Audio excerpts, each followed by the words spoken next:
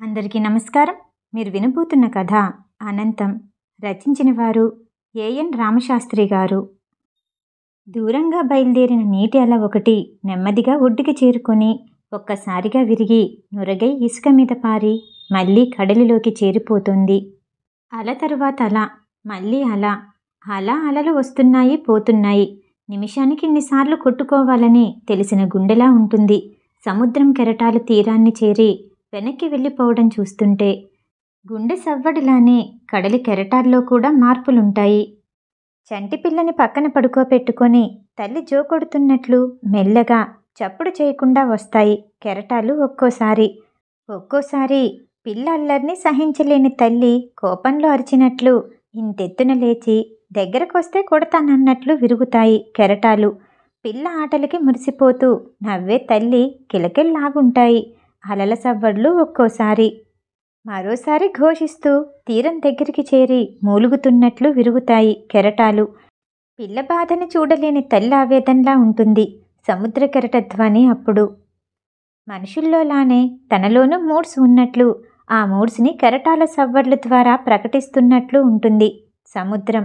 అప్పుడప్పుడు ప్రశాంతంగా ఉంటుంది, ఒక్కోసారి కోపగిస్తున్నట్లుంటుంది, ఇంకోసారి నవ్వుతున్నట్లుంటుంది, మరోసారి ఏడుస్తున్నట్లుంటుంది. కానీ ఎప్పుడూ భయపడుతున్నట్లుండదు.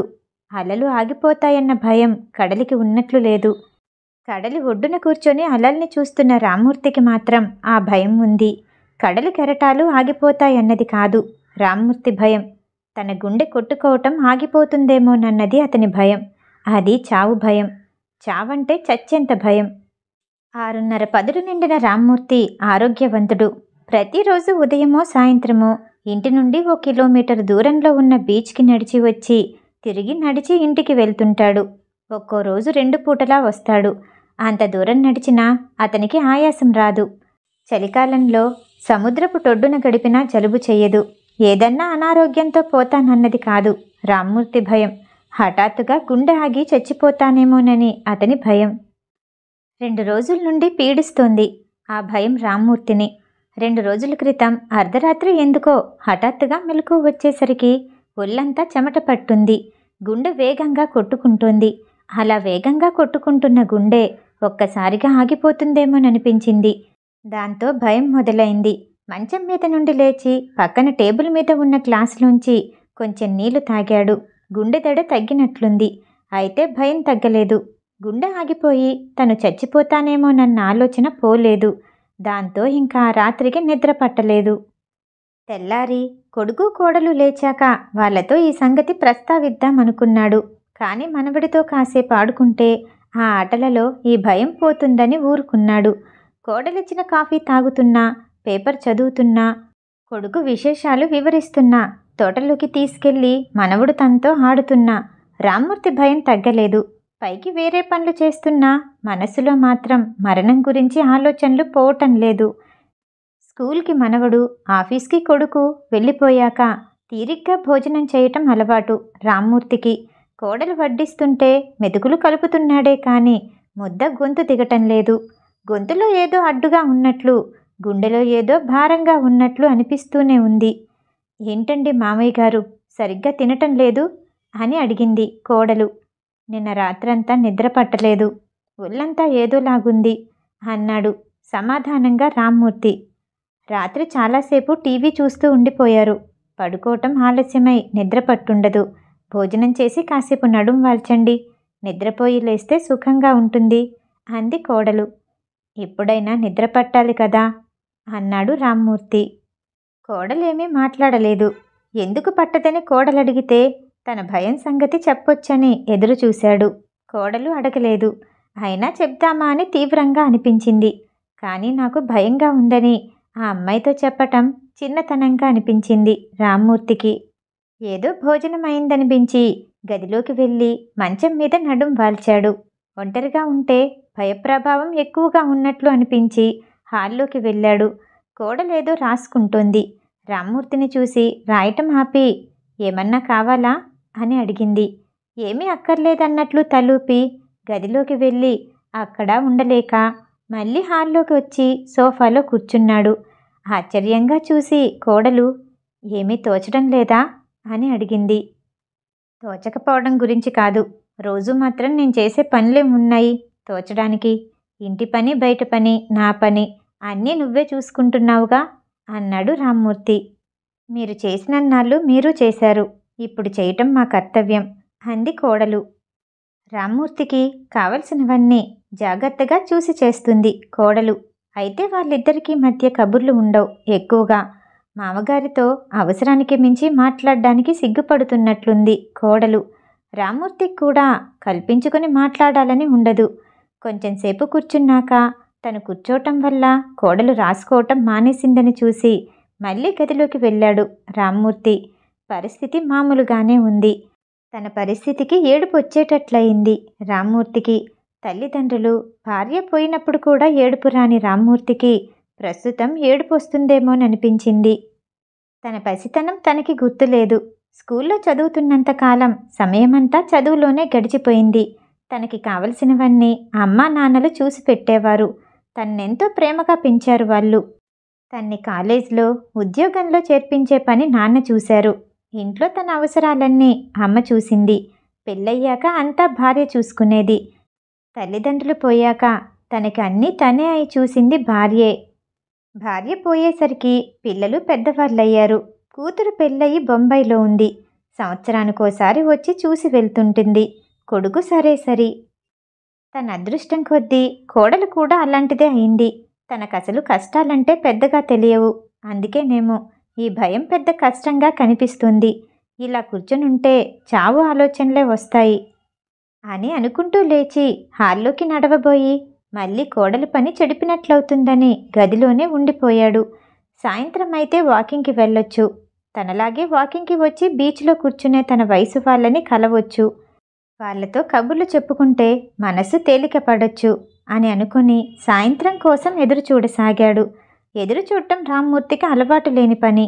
అతనికి కావలసినవి అతను ఎదురు చూడకుండానే అమరుతూ ఉంటాయి.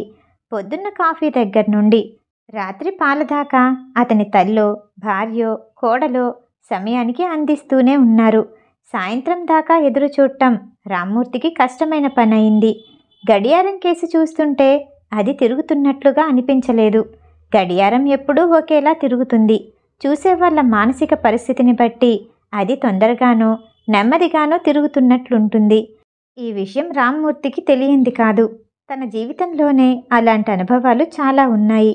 డిగ్రీ పరీక్షలకి ప్రిపేర్ అవుతున్నప్పుడు పరీక్షల రోజులు తొందరగా రాకూడదనుకుంటే అవి తొందరగా వచ్చేసేవి. పరీక్షలయ్యాక రిజల్ట్స్ తొందరగా రావాలనుకుంటే రోజులు ఎప్పటికీ గడిచేవి కాదు. పెళ్ళైన కొత్తలో రాత్రులు తొందరగాను, పగళ్ళు నెమ్మదిగాను గడిచేవి. ఇవన్నీ తెలిసినా సమయం గడవనట్లు, గడియారం తిరగనట్లు అనిపిస్తూనే ఉంది రామ్మూర్తికి. బాగా ఆలోచిస్తే మనిషికి మంచి చెడ్డలు, తప్పొప్పులు బాగా తెలుస్తాయి. అయితే సరిగ్గా ఆలోచించడంతో పాటు మనిషికి ప్రేమ, ద్వేషం, కోపం, భయం లాంటి కొన్ని ప్రాథమిక అనుభూతులు ఉన్నాయి. వాటి ప్రభావం వల్ల మెదడు చేయగలిగిన మంచి చెడుల విచక్షణని వదిలేసి హృదయం నిర్దేశించే ఆవేశపు పనులు చేస్తాడు మనిషి. ఆ ఆవేశమే ఒక్కోసారి ఒక మతం వాళ్ళ చేత మరో మతం వాళ్ళ ప్రాణాలు తీయిస్తుంది. అదే ఒక్కోసారి భర్త చేత భార్యను కొట్టిస్తుంది, కొంపలకి నిప్పంటింపచేస్తుంది, ఆలయాల్ని కూల్చేయిస్తుంది, అన్నదమ్ముల్ని విడగొడుతుంది. మనిషి మానసిక వ్యధలకు, ఆందోళనకు అదే కారణమవుతుంది.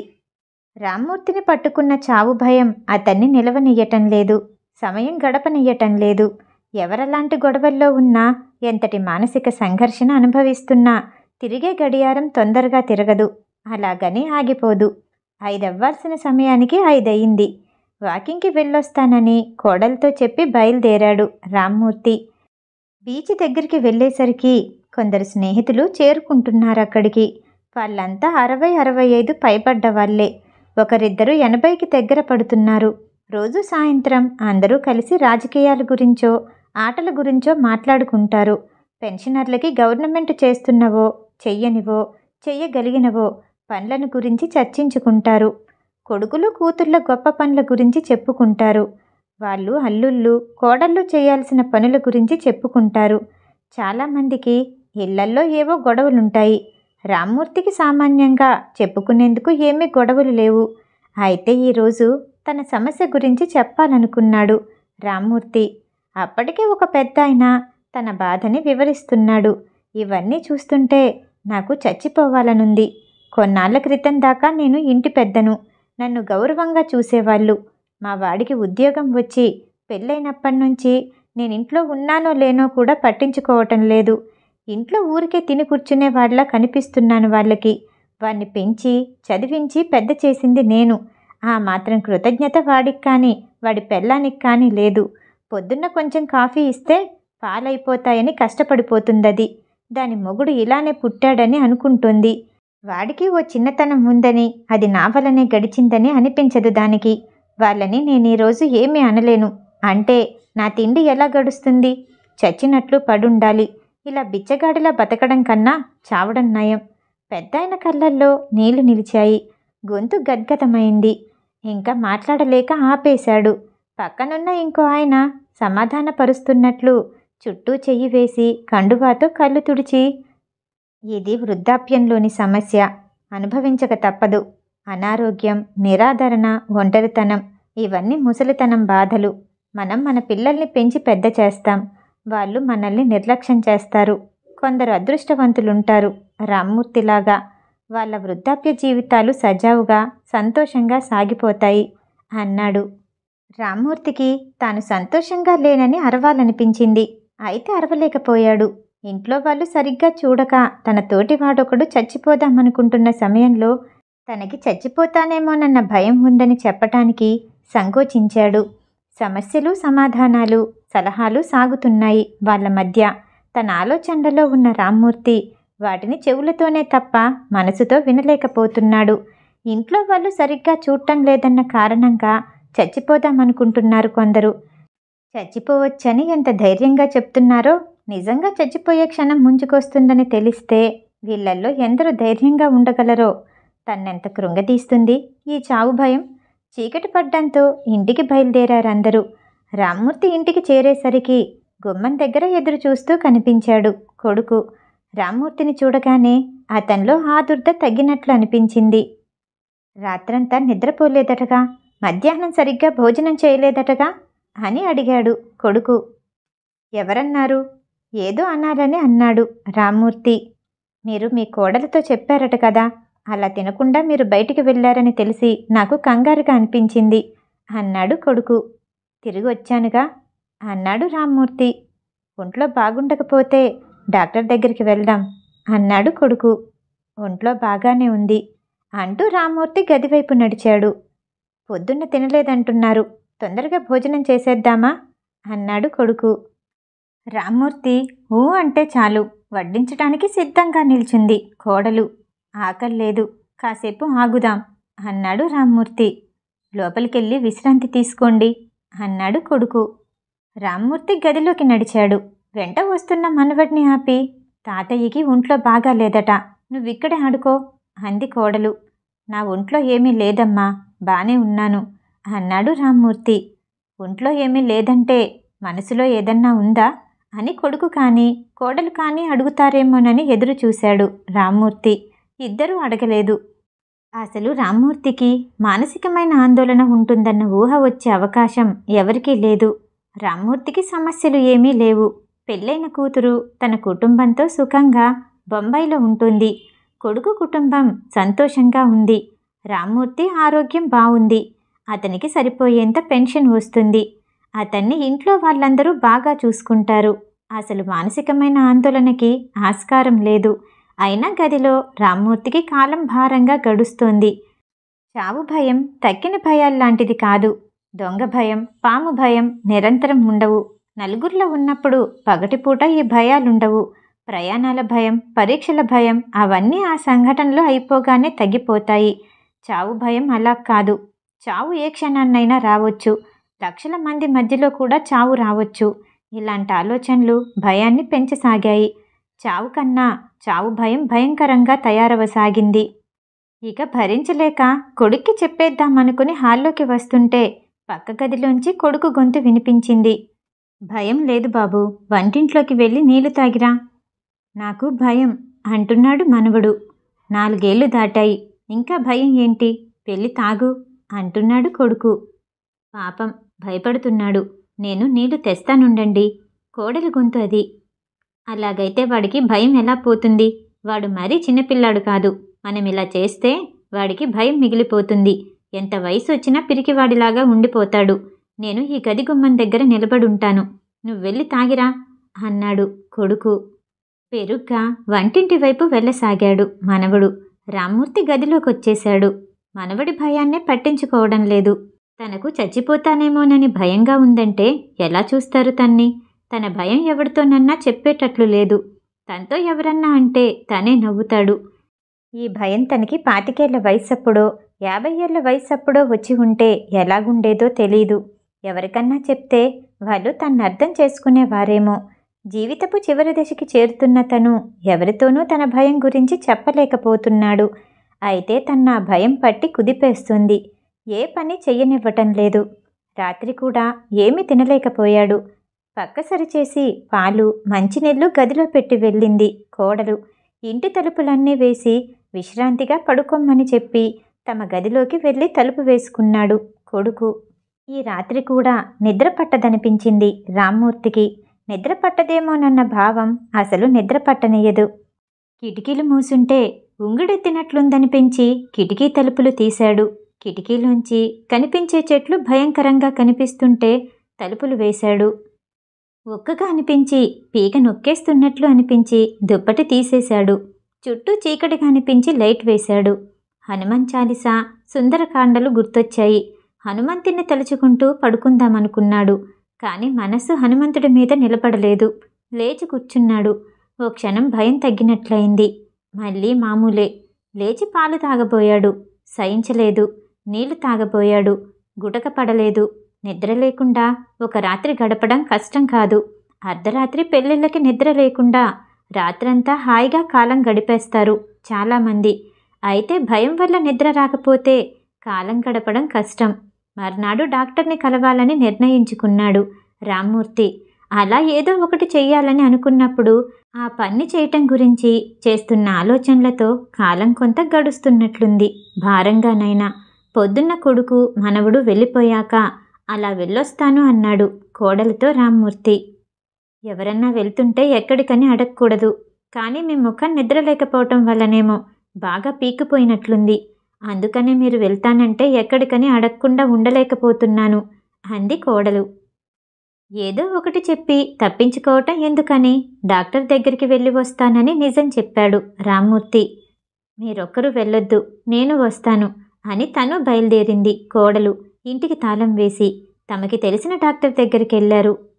మామగారికి రాత్రిళ్ళు నిద్ర పట్టం లేదట. సరిగ్గా భోజనం చేయలేకపోతున్నారు. కొంచెం చూడండి అంది కోడలు డాక్టర్ గారితో. మామూలు చెకప్ చేసి గుండె గట్టిగా ఉంది, ఇప్పుడప్పుడు ఆగదు అని రామ్మూర్తితో అని, ఆయన ఆరోగ్యం మంచిదమ్మా.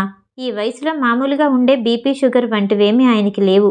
అప్పుడప్పుడు నిద్ర పట్టకపోవడం పెద్ద సమస్య కాదు. అసలు నిద్ర పట్టదనిపించిన రోజు వాడేందుకు నిద్ర మాత్రలు ఇస్తాను. దగ్గరుంచండి. ఆయన గదిలో ఉంచొద్దు. మర్చిపోయి మళ్ళీ వేసుకుంటే ప్రమాదం. అవసరమైనప్పుడు 1 2 ఇవ్వండి అన్నాడు కోడలితో. అసలు నా సమస్య అంటూ మొహమాటంగా మొదలెట్టిన రామ్మూర్తిని మధ్యలోనే ఆపేస్తూ డాక్టర్ గారు, మీకు సమస్యలేంటండి రామ్మూర్తి గారు? హాయిగా ఉద్యోగం చేసి రిటైర్ అయ్యారు. కూతురికి మంచి సంబంధం చేశారు. కొడుకు సుఖంగా ఉన్నాడు. మనవడితో ఆడుకుంటున్నారు. ఇంకా భగవంతుడి పిలుపు కోసం ఎదురు చూస్తూ కాలం గడపడమే అన్నారు. ఆయన వయసు 60 పైనే ఉంటుంది. చాలా రోజులుగా ఒకరికొకరు తెలియటం వల్ల వాళ్ళ మధ్య చనువుంది. ఆ చనువుని పురస్కరించుకొని ఆయన రామ్మూర్తితో వేళాకోళంగా మాట్లాడారు. భగవంతుడి పిలుపు కోసం ఎదురు చూడమనే డాక్టర్ గారితో తన చావు భయం గురించి చెప్పలేకపోయాడు రామ్మూర్తి. ఇంటికి చేరాక భోజనం చేశాననిపించుకొని కోడలిని అడిగి నిద్రమాత్ర వేసుకొని పడుకునేందుకు ప్రయత్నించాడు రామ్మూర్తి. నిద్రమాత్రలు భయాన్ని పోగొట్టి నిద్రనివ్వలేవన్న సంగతి మధ్యాహ్న ప్రయత్నంలో కొంత, రాత్రి ప్రయత్నంలో పూర్తిగా తెలిసింది రామ్మూర్తికి. మాత్రలు నిద్రనివ్వలేవన్న సంగతి భయాన్ని పెంచింది. రామ్మూర్తికిప్పుడు చావు భయంతో పాటు ఈ భయం పోదేమోనన్న భయం తోడైంది. భయం స్వభావమే అంతా. అసలు బాధ కన్నా బాధ కలుగుతుందన్న భయం ఎక్కువ బాధ కలిగిస్తుంది. అంతకన్నా ఆ భయం తాలూకు భయం భయంకరంగా ఉంటుంది. తనకున్న సమస్య ఎవరికీ చెప్పలేకపోవడం చాలా కష్టంగా ఉంది రామ్మూర్తికి. మృత్యువంటే ఏంటో తెలియకుండా దాని గురించి భయపడ్డం వింతగా తోచింది. అయితే తెలియకపోవడం వల్లనే భయం కలుగుతుందేమో కూడా తెలీదు. ఎంత ఆలోచించినా, ఎంత ప్రయత్నించినా చావు భయం తగ్గటం లేదు రామ్మూర్తికి. ఆ భయంతోనే మార్నింగ్ వాక్ అని వచ్చి సముద్రపు ఒడ్డున కూర్చున్నాడు. తూర్పున ఉన్న మబ్బు సూర్యుడినింకా కనిపించనీయడం లేదు. ఈ చావు భయం అనుభవించడం కన్నా చావడం నయమనిపించింది రామ్మూర్తికి. చావు భయంకరమైంది అయితే అవ్వచ్చు, చస్తే ఒక్కసారితో ఈ భయం సమాప్తమవుతుందనిపించింది. ఇలా క్షణం క్షణం భయంతో చస్తూ బతకడం కన్నా చావటం మేలు. ఈ ఆలోచన బలంతో లేచి సముద్రం దగ్గరికి నడిచాడు. కెరటం తాలూకు నీళ్లు చల్లగా కాళ్ళకి తగిలాయి. ఒళ్ళంతా చల్లగా అయిపోయింది. నీళ్లల్లోకి వెళ్ళలేక వెనక్కి వచ్చేసి కూర్చున్నాడు. కూర్చుని ఆలోచించే కొద్దీ చావు తప్ప తన సమస్యకి సమాధానం లేనట్లనిపించసాగింది. చావాలన్న నిర్ణయంతో మళ్ళీ సముద్రం వైపు నడిచాడు. నీళ్లు తగిలాయి. గుండె జారింది.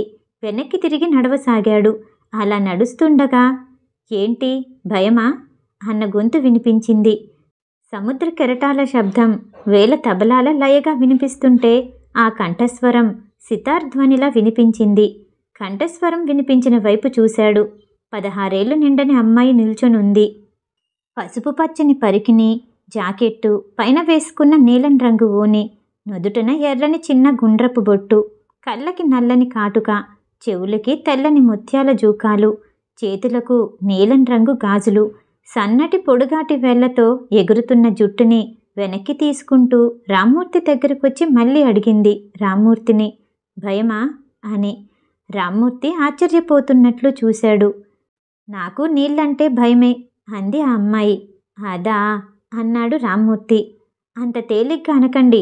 కెరటాలు చూడటానికి ఎంతో అందంగా ఉంటాయి. దగ్గరికెళ్తే మోసం చేస్తాయి. ఉన్నట్లుండి తమలోకి లాగేసుకుంటాయి. మీరు నీళ్ళ దగ్గరికి 2 సార్లు వెళ్ళి రావటం చూసి మీకు కూడా నీళ్ళంటే భయం అనుకున్నాను అందా అమ్మాయి. నాకు నీళ్ళంటే భయం లేదు అన్నాడు రామ్మూర్తి. మరింకా ఏదంటే భయం అందా అమ్మాయి. రామ్మూర్తి ఇంకా ఆగలేకపోయాడు. 2 రోజులుగా తను చెప్దామనుకుంటున్న విషయాన్ని ఈ అమ్మాయి అడిగింది. చావంటే అన్నాడు వెంటనే. మీకు చావంటే భయమా అంది. అంతకుముందు లేదు. 2 రోజులుగా నన్ను పీడిస్తుంది ఈ చావు భయం అన్నాడు చాలా సిన్సియర్గా రామ్మూర్తి. రామ్మూర్తి దగ్గరకొచ్చి అతన్ని పట్టుకొని కూర్చోపెట్టి తనెదురుగా కూర్చుంది ఆ అమ్మాయి. కూర్చొని, సముద్రము, కొండలోయ, మృత్యువు ఎంతో అందమైనవి. అవి మనల్ని ఆహ్వానిస్తాయి. అలాగే తమలోకి లాగేసుకుంటాయి అంది. ఆ గొంతులో సాహిత్యము, సంగీతము కలిసి వినిపించాయి. ఆ గొంతులోని మాధుర్యం రామ్మూర్తిని లాలించింది. తన భయానికి ఆ అమ్మాయి నవ్వలేదు. అంతేకాదు, తన మాటలు వినడానికన్నట్లు కూర్చుంది. కన్నతల్లి దగ్గర కూర్చొని తన కష్టాలు చెప్పుకునే కుర్రాడిలా 60 ఏళ్లు నిండిన రామ్మూర్తి 16 ఏళ్లు నిండని అమ్మాయి ముందు కూర్చొని తన గతం గురించి, 2 రోజులుగా తను అనుభవిస్తున్న భయం గురించి చెప్పుకోసాగాడు. తనకంతకుముందు ఏమాత్రమూ పరిచయం లేని పిల్ల దగ్గర తన బాధనంతా వెళ్ళగక్కుకున్నాడు. తన విశాలమైన కళ్ళను మూసి తెరవడం తప్ప మరో కదలిక లేకుండా వింటూ కూర్చుంది ఆ అమ్మాయి. అంతా విన్నాక అంది, మీకు తెలిసిన అమరులు ఎవరైనా ఉన్నారా? మనిషికి మరణం తప్పదని నాకు తెలుసు. అయినా ఈ భయం తప్పడం లేదు నాకు అన్నాడు రామ్మూర్తి. నిద్ర వస్తుందని ఎప్పుడైనా భయపడ్డారా? లేదు. మరి చావు గురించి ఎందుకు భయపడుతున్నారు? చావు కూడా నిద్ర లాంటిదే. మెలకువే రాని దీర్ఘ నిద్ర. నిద్ర ఎంత సుఖంగా ఉంటుందో తెలుసు మనకి. చావు కూడా అంత సుఖంగా ఉండుండాలి అందా అమ్మాయి అదేదో పారవశ్యంలో ఉన్నట్లు. నిద్ర సుఖం గురించి 2 రోజులుగా బాగా అర్థమవుతోంది నాకు అన్నాడు రామ్మూర్తి. మీకు మరేం పని లేకపోవటం వల్ల ఈ భయం పట్టుకుంది అంది ఆ అమ్మాయి. తన భయాన్ని అంత తేలిగ్గా ఆ అమ్మాయి కొట్టి పారేయడం బాధగా అనిపించింది రామ్మూర్తికి. అదే మాట అన్నాడు ఆ అమ్మాయితో. అందుకు సమాధానంగా, నిజం చెప్పండి, ప్రస్తుతం మీరు చేస్తున్న పనేంటి? పేపర్ చదవడం, భోజనం చేయటం, వాకింగ్ వెళ్ళడం లాంటి పనులు కావు. అవి మీ పనులు. మీ వల్ల ఇంకెవరికైనా అవసరం ఉందని మీకు అనిపించే పనులేమైనా మీరు చేస్తున్నారా? రిటైర్ అయ్యేదాకా ఉద్యోగం చేశారు. తరువాత కొన్నాళ్ళు మీ భార్య ఆరోగ్యం జాగ్రత్తగా చూసుకున్నారు. గత కొన్నాళ్ళుగా మీరు చేస్తున్న పనేంటి? మీ జీవితం ఎవరికి పనికొస్తుంది? ఈ ప్రశ్న నేను ఈరోజు మిమ్మల్ని అడగటం లేదు. మీలో మీకు తెలియకుండా ఈ ప్రశ్న రగులుతోంది. నా వల్ల ఈ ప్రపంచానికి అవసరం లేకపోతే నేను పోతానేమోననిపించింది మీకు. అదే మృత్యుభయంగా అనిపిస్తోంది మీకు అంది ఆ అమ్మాయి. ఇదంతా నీ ఊహ.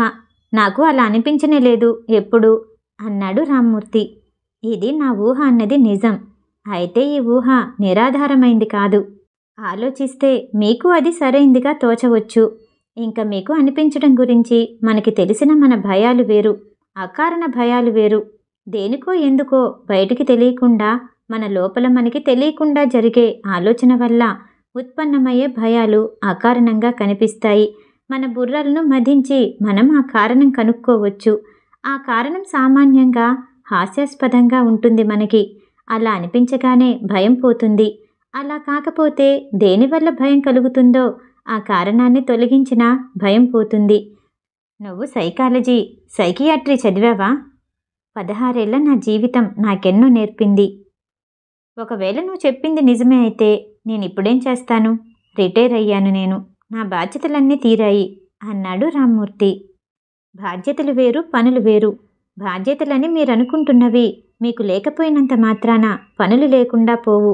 మీ ఇంటి దగ్గరున్న 4 పిల్లల్ని దగ్గరికి చేర్చుకొని వాళ్ళకి చదువు చెప్పండి. డబ్బు కోసం కాదు, ఉచితంగా పేదవాళ్ళకి చెప్పండి. బ్యాంక్, పోస్టాఫీస్, పాలు ఈ పనులకి మీరు వెళ్ళండి. ఇంట్లో వాళ్ళు వద్దంటారని అనొద్దు. మీకు ఓపిక ఉన్నంతకాలం మీరు చెయ్యండి. బయటికి వెళ్ళలేకపోతే మీ కోడలికి వంటలో సాయం చెయ్యండి. వంట పని చెయ్యకూడదా? అంది కొంటెగా. చెయ్యొచ్చు. నాకు వంట బాగా రాదు. చారు ఒక్కటే బాగా పెడతానని అనేది మా ఆవిడ అన్నాడు రామ్మూర్తి. మానసికోల్లాసానికి కొన్ని పనులు చెయ్యొచ్చు. షేక్స్పియర్ నాటికని దేన్నైనా తీసుకుని తెలుగులోకి అనువాదం చేయొచ్చు. రేడియోలో వస్తున్న మంచి పాటలని రికార్డు చేస్తుండొచ్చు. ఓ గులాబీ మొక్కని పెంచి చూడండి, ఎంత బావుంటుందో. నా మటుకు నేను రవీంద్రుడి గీతాంజలిని తెలుగులోకి అనువదిస్తున్నాను. ఇంతకుముందు ఎందరో అనువదించారు. అంత మాత్రాన నేను చెయ్యకూడదా? నీ పనులకి నా పనులకి పోలిక. నీ వయసెంత, నా వయసెంత? వయసుకి చావుకి సంబంధం ఉందా? ఎవరెప్పుడు పోతారో ఎవరికి తెలుసు అందా అమ్మాయి సూర్యుడు తూర్పున ఉదయించనున్న ప్రాథమిక సూత్రాన్ని చెప్తున్నట్టు. అలా మాట్లాడకు అన్నాడు రామ్మూర్తి. మీకు తెలీదు. మా అమ్మ నాన్నలు, తాత మామలు 2 ఏళ్ల క్రితం ఓ కారు ప్రమాదంలో మరణించారు. మా ముత్తాత అంటే మా నాన్నకి నాన్న వాళ్ళందరికీ కొరివి పెట్టారు. ఆయన వయస్సు 90 పైనే. కొడుకు మనవడు పోయినా దుఃఖం ఆయన్ని చంపిందా? ఇవన్నీ చూడాలన్న ఆశ ఆయనకుందా? ఆయన నేను మిగిలాం. ఎవరు ముందు పోతామో తెలియదు. అయితే నాకొకటే కోరిక, ఆయన నాకన్నా ముందు పోవాలని. ముని మనవరాలి మరణాన్ని ముసలి ప్రాణం చూడకూడదని నా తాపత్రయం. ఈ భూమి మీద మనందరి చేత ఇంత పెద్ద నాటకాన్ని చేయిస్తున్న సూత్రధారుడు మనకి ముందుగా ఏమీ చెప్పడు. అప్పటికప్పుడు సంభాషణలు, యాక్షన్ చేస్తాడు. ఎవరిని ఎప్పుడు పొమ్మంటే అప్పుడు వాళ్ళు నిష్క్రమించటమే. నిండా 16 ఏళ్ళు లేవు. ఇప్పుడు చావు గురించి మాట్లాడుతున్నావేంటి నువ్వు అన్నాడు రామ్మూర్తి. నా సంగతి వదిలేద్దాం. మీకెలాగుందిప్పుడు? నీతో మాట్లాడుతుంటే హాయిగా కులాసాగా ఉంది. గుండె బరువు తగ్గినట్లుంది. అవును, 16 ఏళ్ల అందమైన అమ్మాయికి ఇంత దగ్గరగా కూర్చొని కబుర్లు చెప్తుంటే మగాళ్ళకి హాయిగా కాక ఇంకెలాగుంటుంది అని వెంటనే, అందమైన దాన్నని నేనే చెప్పుకుంటున్నానని నాకు గర్వం అనుకుంటున్నారా అని అడిగింది. నీకు గర్వం ఉందో లేదో నాకు తెలీదు కానీ నీకు అందం ఉంది. సూర్యోదయం, శరశ్చంద్రిక, తొలకరి జల్లుకి తడిసిన మట్టి వాసన, కాలువగట్టున గాలికి రెపరెపలాడుతున్న వరిపైరు అందంగా ఉంటాయి. నీది అలాంటి అందం. మీకు ప్రకృతి, కవిత్వం ఇష్టంలాగున్నాయి. చాలా ఏళ్ల క్రితం మాట. కొన్నాళ్ళుగా రెండూ మర్చిపోయాను. నిన్ను చూశాక మళ్ళీ గుర్తుకొస్తున్నాయి. ఎంతో ఆనందంగా ఉంది. నిన్నింతవరకు చూడలేదు. రోజూ వస్తుంటావా బీచ్కి అన్నాడు రామ్మూర్తి. వస్తుంటాను. అయితే నేనక్కడే రోడ్డు మీద కారులో కూర్చొని సూర్యోదయం చూసి వెళ్ళిపోతుంటాను.